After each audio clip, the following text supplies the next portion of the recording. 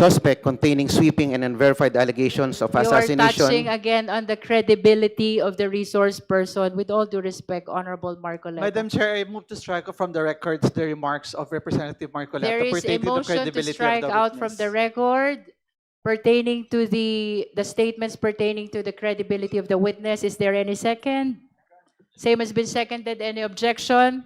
Hearing none, the motion is approved. Please strike out from the record all statements of the Honorable Marcoleta pertaining to the credibility of resource person Ramil Madriaga. Baka po walang matira doon, mama. Sana yung final lang kasi Please Wala nang- understand at that least the issues Filipino concerning people are watching kahit credibility na pina-strike out niyo yung mga must be statements ko. raised in the trial Ma'am, and not in this clarificatory when you were hearing. interviewed before the media, ma'am, sinabi nyo you're here to test the credibility Please of the confine witness. your Madam Chair, manifestation point of to what order. is happening in this proceeding. Madam Chair, point The of Honorable order. Diaz Suarez. Are you backpedaling? With the permission of Congressman Marcoleta, I think we've given the gentleman enough and sufficient time. I take it to mean that despite the approval of the chair to allow Mr. Madriaga to leave the House premises, I'm still allowed to make a manifestation? So long as regarding it the is witness. relevant to the subject matter of this impeachment hearing. Yes, ma'am. Thank you, madam. You may proceed. Two manifestations, ma'am. Number one is to present public records as to the background of the witness. Just So- information about the witness. If that pertains to the credibility of resource person Ramil Madriaga, I will have to prevent you. With all due respect, Honorable Marcoleta. Not really about the credibility, ma'am, but about the character of the witness. The character and the credibility identity are of the one and the witness. same. Yes, ma'am, if I may be allowed. And therefore, you are not allowed because character is credibility. Ma'am, if I may clarify, prior to this hearing, I saw reports that you said that the purpose of this hearing is to test the credibility of Mr. Madriaga, but now we are now denying At least The with objective of respect this to the hearing. contents of the affidavit. affidavit. So long as it is contained in the affidavit, then we are confined in the limitations of a clarificatory hearing. So ang manifestation, ma'am, should be confined only to the We can test the directive of the chair. credibility so long as it is Okay, ma'am. limited to the contents Okay, ma'am. of the affidavit. Then I will go to the second manifestation. Okay. This is also regarding the affidavit itself. Okay, you may proceed. Okay, ma'am. Thank you, ma'am. I have carefully reviewed the written testimony, and I am compelled, as member of this House and as a representative of the Filipino people, to formally place on the record observations that I believe this committee must confront before it receives, admits, or gives any weight to this document. The issues I will raise go not merely to credibility, but about the it is about the content of the affidavit itself. Number one, Madam Chair, I respectfully submit the following. Number one, the testimony is entirely uncorroborated and rests solely on the word of a detained criminal suspect. You are touching on the credibility again. Ma'am, but And this is please, about It has the been testimony. amply discussed, Honorable Marcoleta, that even suspects are presumed innocent. Hindi pa po convicted si Ramil Madriaga, and he is entitled to that presumption. So let us refrain from making reference to the fact that he is detained in going against the contents of the affidavit. Ano lang po ang pwede kong sabihin, ma'am?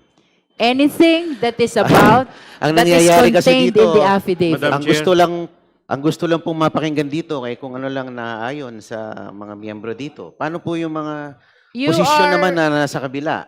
You're making mention about the fact that he is a detainee because of your intention to question his credibility. As you have said, Ma'am, you want to if I may be tackle allowed his to finish the character. statement, it's Yes. just, the one I mentioned is just a title. I'm not even going to the body of my manifestation, ma'am.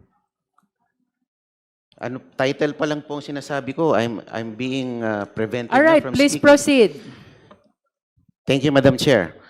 The written testimony makes sweeping and dramatic claims about alleged high-level private conversations between former President Rodrigo Duterte and others, including a purported agreement to use President Marcos merely as a political tool and unseat him by 2025, alleged plans to sabotage the administration of a sitting president, discussions about assassination by poisoning or other means, plans for a military coup and the siege of Malacanang Palace, and the witnesses' own alleged role in recruiting criminal syndicates, underworld gangs, and Mindanao mercenaries for a destabilization scheme. Madam Chairman, I ask this committee to carefully consider the following. Not a single one of these claims is supported by any document, any recording, any other named witness, or any contemporaneous written record of any kind. We are being asked to accept as evidence in a constitutional impeachment proceeding the bare and uncorroborated written recollections of a man Parliamentary inquiry, currently Madam Chair. detained for There's a kidnapping. parliamentary inquiry, for Honorable ransom. Marcoleta, if I may Parliamentary interrupt. inquiry, Madam Chair. Yes, what's the Madam parliamentary Chair, may inquiry? I know if member of this committee is allowed to make an observation? A manifestation, ma'am, is tantamount to an Honorable observation. Marcoleta, please allow the chair to answer. Non-members are allowed to manifest, but they cannot raise question, they cannot vote. Thank you, ma'am. If I may continue po. You may continue.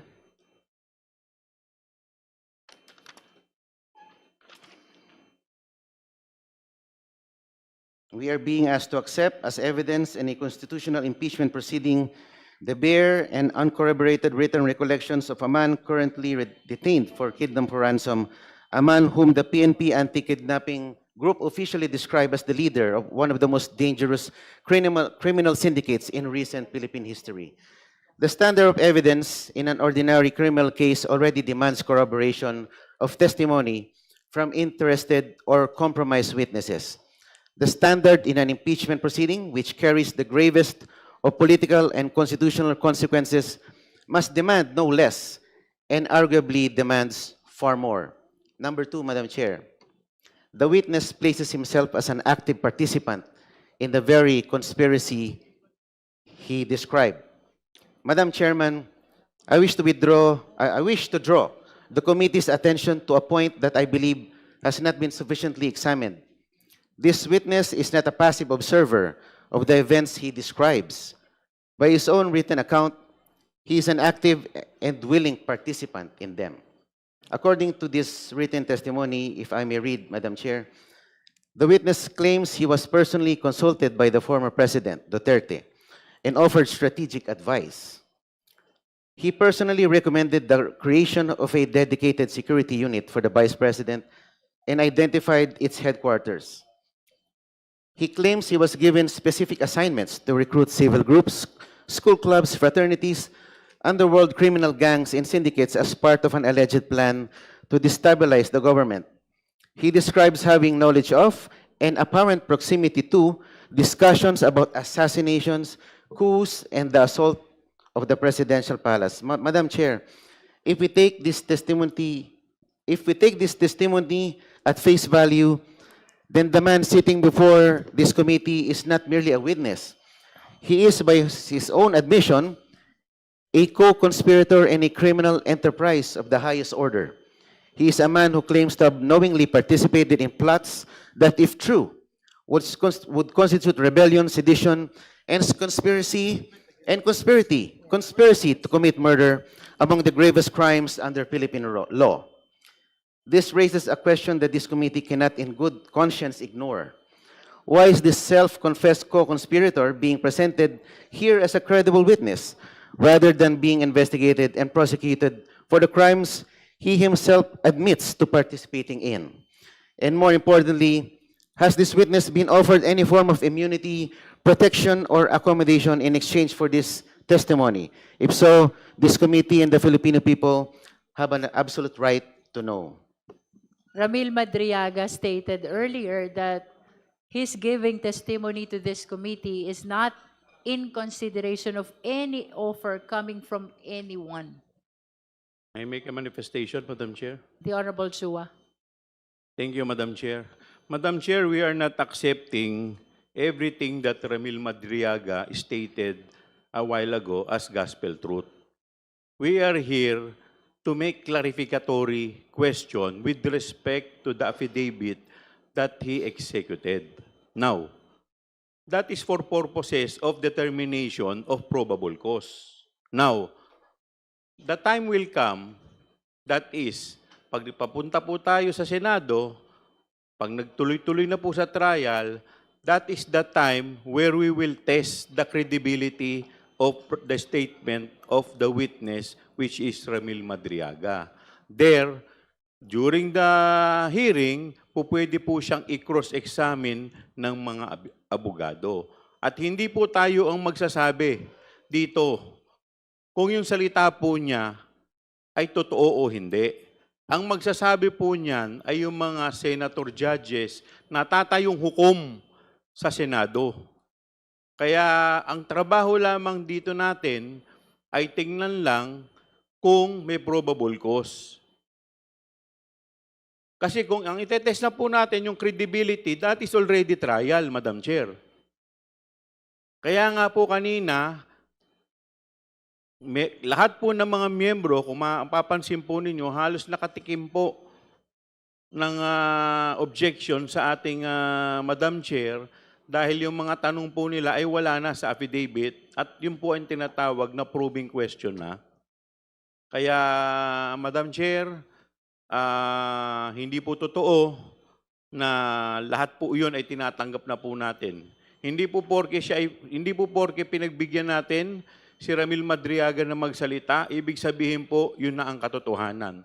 Malalaman po natin ang katotohanan pagdating po sa Senado. Maraming salamat po. Madam Chair. Madam Chair. Honorable De Lima, and then we go back to Honorable Marcoleta. Gusto ko lang pong dagdagan yung sinabi ni Representative Chua.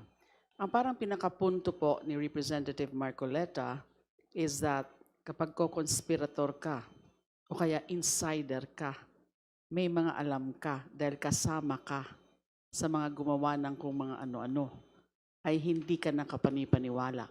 May I again cite a jurisprudential rule, Napoles versus Sandigan Bayan, GR number 224162, November 7, 2017, the Supreme Court ruled that the mere fact that the whistleblowers were conspirators themselves does not automatically render their testimonies incredible and unreliable. Kasi alam niyo po yung mga insiders, sila yung may mga alam. We can recall also, we can point out also the cases of, in the case against the former president before the ICC, sila Edgar Matobato, sila Arthur Lascania, these are co-conspirators, these are insiders, but their testimonies are considered by the prosecutors, and that's why they are the star witnesses, among the star witnesses in that case. So hindi po yan tamang argument na kapag na alam mo, meron kang alam, kasi we can see from the testimony, the totality of the testimony, the supplemental affidavit of Mr. Madriaga, that he's an insider, well-entrenched, maraming alam. And in fact, yung pagiging insider, that bolsters one's credibility more often than not. Bolsters one's credibility. But sabi nga ni Representative Chua, hindi naman ibig sabihin ay paniniwalaan na natin lahat ng sinasabi ni Mr. Madriaga. Kasi ang sinasabi nga po dito, against Napoles versus Sandigan Bayan, if it is shown that the statements of the conspirator are corroborated by other evidence, then we have convincing proof of veracity. Even if the confirmatory testimony only applies to some particulars, we can properly infer that the witness has told the truth in other respects. Nakita naman natin yung kanyang willingness sa pabuksan yung kanyang bank accounts, yung mga dummy bank accounts. Kaya nga siya nag-issue ng waiver. So ibig sabihin, willing siya na mag-present ng corroborative evidence. Ganon din yung tinanong ko po kanina tungkol dun sa apat na mga individuals. Although yung isa po, sabi niya ay namayapa na po. So yung tatlo, pwede rin po mag-corroborate. But not in this particular stage. Pwede sa trial kung kailangan ng corroborative evidence. Thank you. Honorable Marcoleta? Opo, if I may continue, Madam Chair. Yes, I hope you are listening also to their manifestations. Yes, ma'am. because I they highly are- respect the opinion of They are Congressman De in Lima. response to your statement that he is a conspirator in the alleged acts committed by the former president. This is actually tantamount to a declaration against interest. You may continue. Number 3, the extraordinary nature of the claims demands an extraordinary standard of proof. Madam Chair, there is a principle recognized in law, in logic, and in common sense. Extraordinary claims require extraordinary evidence. The allegations in this written testimony are not ordinary. They include a sitting president being orchestrated as a puppet to be discarded on a predetermined schedule. Presidential assassination by poisoning as a contingency plan. A coordinated military coup involving active and retired AFP and PNP officers. The planned siege and assault of Malacanang Palace by hard militants and mercenaries, and the recruitment of underworld criminal networks to trigger civil unrest. These are not allegations, Madam Chair, of budgetary irregularities or administrative lapses. These are allegations of a massive, multi-layered conspiracy, criminal conspiracy at the highest levels of Philippine political and military life. If true, they would represent the most serious threat to Philippine democracy in recent memory. And yet, they are presented to this committee supported by nothing more than a handwritten account from a man facing serious criminal charges If I of his may own. interrupt, Honorable Marcoleta, regardless of the nature and the amount of information that is being disclosed in the affidavits of the resource persons, our standard here is only probable cause. Thank you, So Madam. let it be placed on record that what we're trying to establish here is the existence only of probable cause. That is regardless of the amount and the nature of the information disclosed. Madam Chair. Honorable Tino. Madam Chair, the Honorable Marcoleta just mentioned that he is reacting to a handwritten account, a mere handwritten account of Madriaga.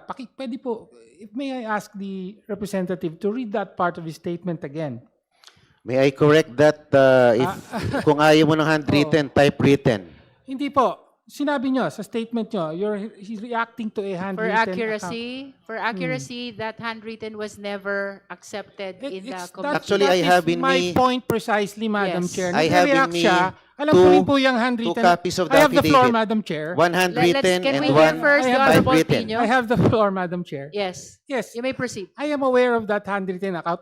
Umikot po yan sa social media kahapon. May mga photos ng handwritten account allegedly by Mr. Madriaga na ang nilalaman ay tungkol sa sinasabi niya, no, yung alleged destabilization plot. However, Madam Chair, malinaw na hindi yan bahagi ng proceeding na That's ito. correct. No, ang pinag-uusapan po natin ay yung sworn supplemental affidavit That's correct. ni Mr. Madriaga. In fact, it was asked by the Honorable Ko, and the Chair answered that it is not part of our proceeding today. Precisely, Madam Chair. Therefore, his whole manifestation is out of order, Madam Chair. Madam Chair, I have here. Okay, To- let's hear the response of the Honorable Marcoleta. Opo, Madam. Are you referring really to the handwritten? to both the handwritten and the typewritten? I have But two you here. cannot refer to on, the in my- handwritten because it is not in my part of our possession. proceeding. Anyway, So you have to make up your mind. Is that manifestation pertaining to the handwritten or the computerized okay, allow me to affidavit? make a correction to refer to the handwritten affidavit. If this satisfies So you are to the- referring to to the the typewritten. handwritten. to the typewritten. Typewritten, does that satisfy the Honorable Tino? There are only two affidavits that are part of the proceeding of our impeachment hearing. The first affidavit that is computerized and the supplemental affidavit that is computerized as well. So please state for the record and be certain which document are you referring to in your manifestation. For this purpose, ma'am, I'm referring to the supplemental affidavit here. In other words, you stand corrected No, Madam Chair. when you made mention about a handwritten. Yeah, sorry. Sorry about the handwritten term. All Well, right. let me just point out na Honorable hindi, Tino. hindi po eksakto at hindi pareho ang dilalaman That's correct. nung supplemental at saka nung sinasabi niyang handwritten. Kaya Opo. hindi po pwedeng sabihin lang ni Representative Marcoleta, well, I'm actually referring to the Okay, so please make supplemental. sure When that I- your manifestation Opo. is contained or part of the computerized two Yes, ma'am. affidavits of the resource person. Opo. You may continue. The whole content of my manifestation refers to the supplemental affidavit. That is a correction to what you have said earlier. Yes. Yes, ma'am. Please continue. Madam Chair. The Honorable Joboy Aquino and then Honorable Abante. Madam Chair, can we limit Yes, The- we are actually limited to 5 minutes per justice member. And I think you are on your Ma'am, 4 I'm- minutes already. Yes, ma'am. So, with your indulgence, Honorable Marcoleta, please wind up on your Yes, ma'am. manifestation. You have 1 minute to wind up. Yes. Madam Chairman, the weight of the claim must be matched by the weight of the evidence. As it stands, there is a vast and troubling gap between the two. Lastly, the timing and circumstances of this testimony raise serious questions of motive. Madam Chair, I also wish to place on record my serious concern about the timing and context of this testimony. The document is dated April 11, 2024, if I'm not mistaken, ma'am. Am I be corrected on the exact date? April Comsec, can 11? you please confirm it if the date is April 11, 2026? Of the supplemental affidavit. The date of the supplemental affidavit. May I confirm the exact date? Kindly confirm the date. Okay, it's confirmed April 11, 2026. April 11 ba? Ah, okay. Akin. Please continue, Honorable Marcoleta. Okay, ma'am. Winding up. Let me skip that part, ma'am. Okay, Kasi skip. ang Madam akala Chair. ko, this is 2024. Anyway, Madam Chair, Let us allow him to finish. After all, he has 1 minute left. 30 But- seconds na nga lang. this is very critical in the statement made by Representative Marcoleta because he said April 11, 2024. And if we can go back to the records and confirm that is what Yes, that's what why was I he said it's April 11, 2026. kaya I nga po corrected kino-confirm Honorable ko, Marcoleta. Representative Sendanya, that's why I'm verifying the actual date of the supplemental affidavit. So for Are you the- holding a copy? Opo. What is the date written in your copy? It's rather, the reproduction is rather unclear, madam. No, it's the date of signing and the date of jurat. It's April 11, 2026. Taguig City. Where did you Okay. get your 2024? Dito po kasi tinignan ko sa taas eh.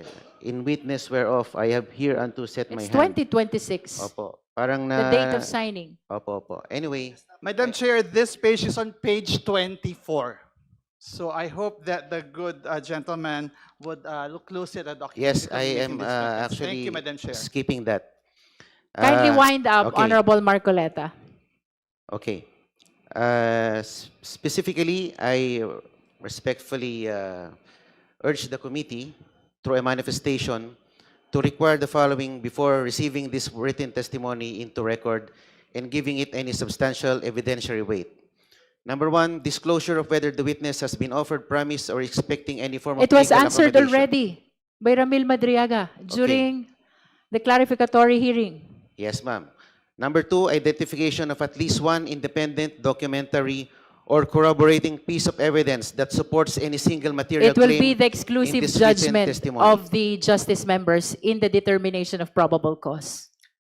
Number 3, ma'am, clarification of how the witness, a man detained since July 2023, came to have knowledge of and access to the specific details he describes and how those details can be independently verified. That will be a probing question already. It should happen in the trial. It's not a question, ma'am.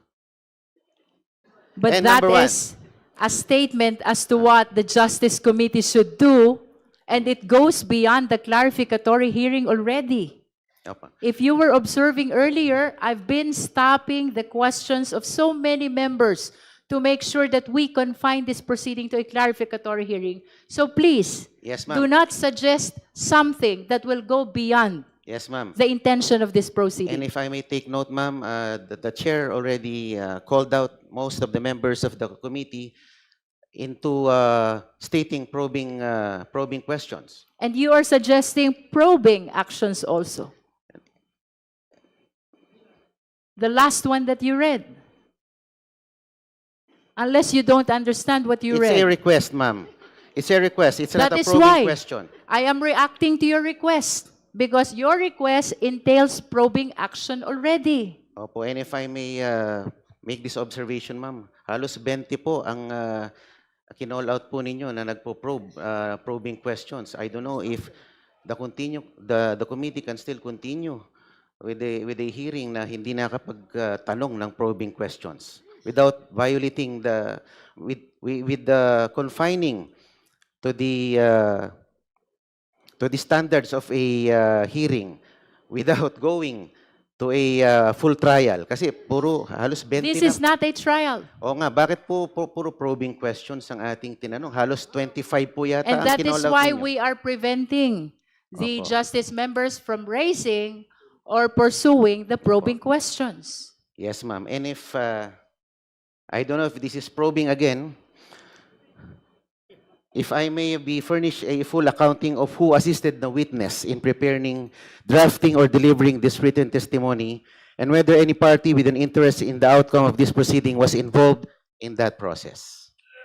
I think that has been answered by Madriaga already during our clarificatory hearing.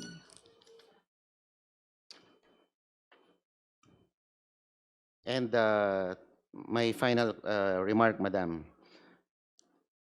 Madam Chair, the impeachment of a sitting constitutional officer is among the gravest acts this House can perform. It must rest on a foundation of truth, verified, corroborated, and credible truth.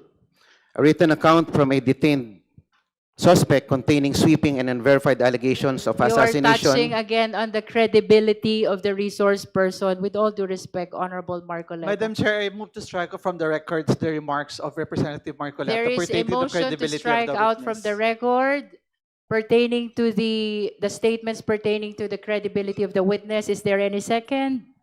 Same has been seconded. Any objection? Hearing none, the motion is approved. Please strike out from the record all statements of the Honorable Marcoleta pertaining to the credibility of resource person Ramil Madriaga. Baka po walang matira doon, Mama. Sana yung final lang kasi Please Wala nang- understand at that least the issues Filipino concerning people are watching kahit credibility na pina-strike out niyo yung mga must be statements ko. raised in the trial Ma'am, and not in this clarificatory when you were hearing. interviewed before the media, ma'am, sinabi nyo you're here to test the credibility Please of the confine witness. your Madam Chair, manifestation point of to what order. is happening in this proceeding. Madam Chair, point The of Honorable order. Diaz Suarez. Are you backpedaling? With the permission of Congressman Marcoleta, I think we've given the gentleman enough and sufficient time to explain and expound on his position. We still have so many matters to discuss and so many resource persons have been waiting. So may I ask the indulgence of the good congressman if we can already put and conclude his position and move on with our hearing because, Madam Chair, it's 3:45 in the afternoon. Okay. So let's We not, have given let's not him labor more than anymore. 10 minutes already, Precise. although So, the same is protracted. Ma'am, ako lang naman ang opposing dito oppositors. Madam Pagbigyan nyo Chair, na ako. again, I would like to... That is not a parameter at all, Honorable Anyway, Marcoleta. one We are sentence. equal in this impeachment proceeding. We do not look as to the political affiliation of the justice members. We are investigators here, conducting a clarificatory hearing for only one purpose. That is the determination of probable cause. Thank you, ma'am. My final sentence. Last sentence. Please be so guided. The Filipino people are watching this proceeding. They are watching to see whether this committee will hold itself to the standard that the Constitution and the gravity of this moment demand. I am confident that the honorable members of this committee are fully capable of meeting this standard. I make this manifestation in faithful service to this institution, to the truth, and to the Filipino people. Thank you, Madam Chair.